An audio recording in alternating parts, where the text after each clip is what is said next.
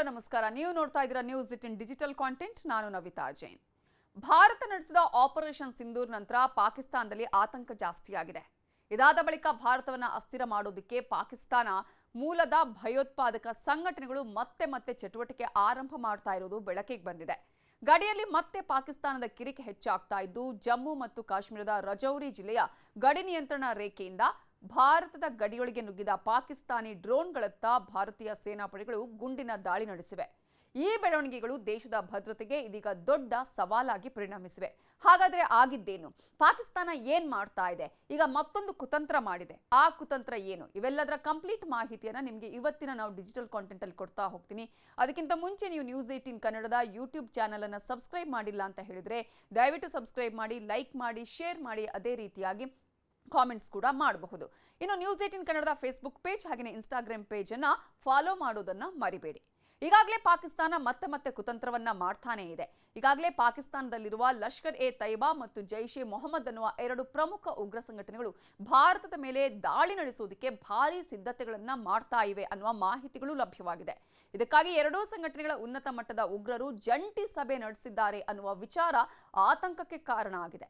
ಮೊನ್ನೆಯಷ್ಟೇ ಪಾಕಿಸ್ತಾನದ ಬಹವಲ್ಪುರದಲ್ಲಿ ಈ ರಹಸ್ಯ ಸಭೆ ನಡೆದಿದ್ದು, ಜೈಷ್ ಎ ಮೊಹಮ್ಮದ್ನ ಭದ್ರಕೋಟೆಯಾದ ಈ ಪ್ರದೇಶದಲ್ಲಿ ಕುಖ್ಯಾತ ಉಗ್ರ ಮಸೂದ್ ಅಜರ್ನ ಮುಖ್ಯ ಶಿಬಿರ ಇದ್ದು, ಸಭೆಯಲ್ಲಿ ಲಷ್ಕರ್ ಎ ತೊಯ್ಬಾದ ಹಫೀಜ್ ಸಯೀದ್ನ ಮಗ ತಲ್ಹಾ ಸಯೀದ್, ಉಪಮುಖ್ಯಸ್ಥ ಸೈಫುಲ್ಲಾ ಕಸೂರಿ ಸೇರಿದಂತೆ ಹಲವು ಉಗ್ರರು ಭಾಗವಹಿಸಿದ್ರು. ಈ ಸಭೆಯ ನಂತರ ಭಾರತದ ಗುಪ್ತಚರ ಸಂಸ್ಥೆಗಳು ಹೈ ಅಲರ್ಟ್ ಅನ್ನ ಮಾಡಿದ್ದು, ಮೂಲಗಳ ಪ್ರಕಾರ ಮಸೂದ್ ಅಜರ್ ಮತ್ತು ರಫ್ ಅಸ್ಗರ್ ಐಇಡಿ ದಾಳಿಗಳ ಮೂಲಕ ಭಾರತದಲ್ಲಿ ವಿವಿಧ ಭಾಗಗಳಲ್ಲಿ ಭಯೋತ್ಪಾದಕ ಕೃತ್ಯ ನಡೆಸುವ ಸಂಚನ್ನ ರೂಪಿಸುತ್ತಿದ್ದಾರೆ ಅನ್ನುವಂತಹ ಮಾಹಿತಿಗಳು ಕೂಡ ಸಿಕ್ಕಿವೆ. ಇನ್ನು ಮತ್ತೊಂದು ಕಡೆ ಜೈಷ್ ಎ ಮೊಹಮ್ಮದ್ ಸಂಘಟನೆಯ ಅಲ್ ಖೈದಾ, ತಾಲಿಬಾನಿ ಹಾಗೂ ಹಕ್ಕಾನಿ ನೆಟ್ವರ್ಕ್ ಜೊತೆ ನಿಕಟ ಸಂಪರ್ಕ ಹೊಂದಿದ್ದು ಅನ್ನೋದು ಕೂಡ ಗುಪ್ತಚರ ವರದಿಗಳಲ್ಲಿ ಉಲ್ಲೇಖ ಆಗಿದೆ. ಜೈಷ್ನ ಕಮಾಂಡರ್ಗಳಾದ ಮೊಹಮ್ಮದ್ ಮುಸಾದಿಕ್ ಹಾಗೆಯೇ ಮಸೂದ್ ಕಾಶ್ಮೀರದಲ್ಲಿರುವ ಉಗ್ರರಿಗೆ ದಾಳಿಯ ಸೂಚನೆ ಕೊಡ್ತಾ ಇದ್ದಾರೆ ಅಂತ ಹೇಳಲಾಗಿದ್ದು, ಪಾಕಿಸ್ತಾನ ಮೂಲದ ಉಗ್ರ ಸಂಘಟನೆಗಳು ಒಗ್ಗೂಡಿ ಭಾರತದ ಮೇಲೆ ದಾಳಿ ನಡೆಸುವ ಸಾಧ್ಯತೆ ಇದೆ.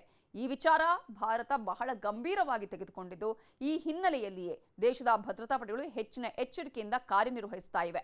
ರಜೌರಿ ಜಿಲ್ಲೆಯಲ್ಲಿ ಕಳೆದ 3 ದಿನದಲ್ಲಿ ಎರಡನೇ ಬಾರಿಗೆ ಪಾಕಿಸ್ತಾನದ ಡ್ರೋನ್ಗಳ ಮೇಲೆ ಭಾರತೀಯ ಸೇನೆ ಗುಂಡಿನ ದಾಳಿ ನಡೆಸಿದ್ದು, ಜಮ್ಮು ಮತ್ತು ಕಾಶ್ಮೀರದ ಎಲ್ಒಸಿಯಲ್ಲಿ ಡ್ರೋನ್ಗಳು ಕಾಣಿಸಿಕೊಂಡ ನಂತರ ಭಾರತೀಯ ಸೇನೆಯು ಮಾನವರಹಿತ ವೈಮಾನಿಕ ವ್ಯವಸ್ಥೆ ಮಾಡಿರುವುದಾಗಿ ಕೂಡ ರಕ್ಷಣಾ ಮೂಲಗಳು ಈಗಾಗಲೇ ಮಾಹಿತಿ ಕೊಟ್ಟಿವೆ. ಇನ್ನು ರಾತ್ರಿ ಸುಮಾರು 7 ಗಂಟೆಯ ವೇಳೆಗೆ ರಜೌರಿಯ ಚಿಂಗಸ್ ಪ್ರದೇಶದಲ್ಲಿ ಪಾಕ್ ಡ್ರೋನ್ಗಳು ಭಾರತದ ಗಡಿ ಪ್ರವೇಶಿಸಿದಾಗ ಸೇನಾಪಡೆ ಗುಂಡಿನ ದಾಳಿ ನಡೆಸಿದ್ದು, ನಂತರ ಡ್ರೋನ್ಗಳು ನಾಪತ್ತೆಯಾಗಿದೆ. ಅವು ಪಾಕ್ನತ್ತ ಹೋಗಿವೆ. ಹಾಗಾಗಿ ಯಾವುದೇ ಶಸ್ತ್ರಾಸ್ತ್ರಗಳು ಅಥವಾ ಮಾದಕ ದ್ರವ್ಯಗಳನ್ನ ಡ್ರೋನ್ಗಳು ಇಳಿಸಿಲ್ಲ ಅನ್ನೋದನ್ನು ಕೂಡ ಈಗಾಗಲೇ ಖಚಿತಪಡಿಸಿಕೊಳ್ಳೋದಕ್ಕೆ ಶೋಧ ಕಾರ್ಯಾಚರಣೆಯನ್ನು ಕೂಡ ಆರಂಭಿಸಲಾಗಿದೆ ಅಂತ ಅಧಿಕಾರಿಗಳು ಹೇಳ್ತಿದ್ದಾರೆ. ಆದರೆ ಇವೆಲ್ಲದರ ಮಧ್ಯೆ ಪಾಕಿಸ್ತಾನ ಈಗಾಗಲೇ ಆತಂಕಕ್ಕೊಳಗಾಗಿದ್ದು, ಭಯ ಪಟ್ಟುಕೊಂಡಿರೋದ್ರಿಂದ ಮತ್ತೊಂದು ಕುತಂತ್ರ ಮಾಡಿದೆ. ನಿರಂತರ ಉಪಟಳದಿಂದ ಭಾರತ ತನ್ನ ಮೇಲೆ ಯಾವುದೇ ಕ್ಷಣದಲ್ಲಾದರೂ ತಿರುಗಿ ಬೀಳುವ ಸಾಧ್ಯತೆಯನ್ನ ಪಾಕಿಸ್ತಾನ ಎಂದೋ ಮನಗಂಡಿರೋದ್ರಿಂದ ಇಂತಹ ಸಂದರ್ಭದಲ್ಲಿ ಪಾಕಿಸ್ತಾನದಿಂದ ಧೈರ್ಯದಿಂದ ಇರಬೇಕು. ಆದರೆ ಅದರ ಬೆನ್ನಿಗೆ ಇರುವವರ, ಅದಕ್ಕೆ ಸಪೋರ್ಟ್ ಮಾಡುವವರ ಸಂಖ್ಯೆ ಜಾಸ್ತಿ ಆಗಬೇಕು. ಚೀನಾ ಒಂದನ್ನೇ ನಂಬ್ಕೊಂಡ್ರೆ ಆಗೋದಿಲ್ಲ ಅಂತ ಆಪರೇಷನ್ ಸಿಂಧೂರ್ ವೇಳೆನೆ ಪಾಕಿಸ್ತಾನಕ್ಕೆ ಗೊತ್ತಾಗಿರೋದ್ರಿಂದ ಸೌದಿ ಅರೇಬಿಯಾ ಜೊತೆಗೆ ಮಾತನಾಡಿ ಟರ್ಕಿಯ ಮನವೊಲಿಸೋದರ ಮೂಲಕ ಪಾಕಿಸ್ತಾನ, ಸೌದಿ ಅರೇಬಿಯಾ, ಟರ್ಕಿಯ ಸಾಮೂಹಿಕ ಭದ್ರತೆಗಾಗಿ ಪರಸ್ಪರ ಸಹಕಾರ ಕೊಡೋದಕ್ಕೆ ಒಪ್ಪಂದ ಮಾಡಿಕೊಂಡಿದೆ ಪಾಕಿಸ್ತಾನ. ಇದೇ ಸಂದರ್ಭದಲ್ಲಿ ಮುಸ್ಲಿಮರಲ್ಲೇ ಒಂದು ಪಂಗಡವಾಗಿರೋ ಸುನ್ನಿ ಸಮುದಾಯದ ಟ್ರಂಪ್ ಕಾರ್ಡ್ ಆಗಿ ಕೂಡ ಬಳಸಿಕೊಳ್ತಿದೆ. ಈ ಇಸ್ಲಾಮಿಕ್ ನ್ಯಾಟೋದ ಪ್ರತಿಯೊಂದು ರಾಷ್ಟ್ರದಲ್ಲಿಯೂ ಸುನ್ನಿ ಸಮುದಾಯದವರೇ ಹೆಚ್ಚಾಗಿದ್ದು, ಆ ರಾಷ್ಟ್ರಗಳನ್ನೇ ಒಗ್ಗೂಡಿಸಿಕೊಂಡು ಈ ಪಡೆ ಕಟ್ಟುವಲ್ಲಿ ಪಾಕಿಸ್ತಾನ ಯಶಸ್ವಿಯಾಗಿದ್ದು, ಸೌದಿ ಅರೇಬಿಯಾ, ಟರ್ಕಿಯ ಜೊತೆ ಮಾತಾಡಿ ಜಗತ್ತಿನ 43 ಮುಸ್ಲಿಂ ರಾಷ್ಟ್ರಗಳನ್ನು ಒಗ್ಗೂಡಿಸಿಕೊಂಡು ಇಸ್ಲಾಮಿಕ್ ಸೇನೆಗಳ ಭಯೋತ್ಪಾದನಾ ನಿಗ್ರಹ ಸಹಕಾರ ಅಂದ್ರೆ Islamic military counter terrorism collision ಅನ್ನುವ ಸಂಘಟನೆಯನ್ನು ಸ್ಥಾಪಿಸುವುದಕ್ಕೂ ಕೂಡ ಮುಂದಾಗಿದ್ದು, ಅದರ ಒಂದು ಬಗ್ಗೆ ಮಾಹಿತಿ ಅಧಿಕೃತವಾದಂತಹ ಪ್ರಕಟಣೆ ಕೆಲವು ದಿನಗಳಲ್ಲಿ ಬರಬಹುದು.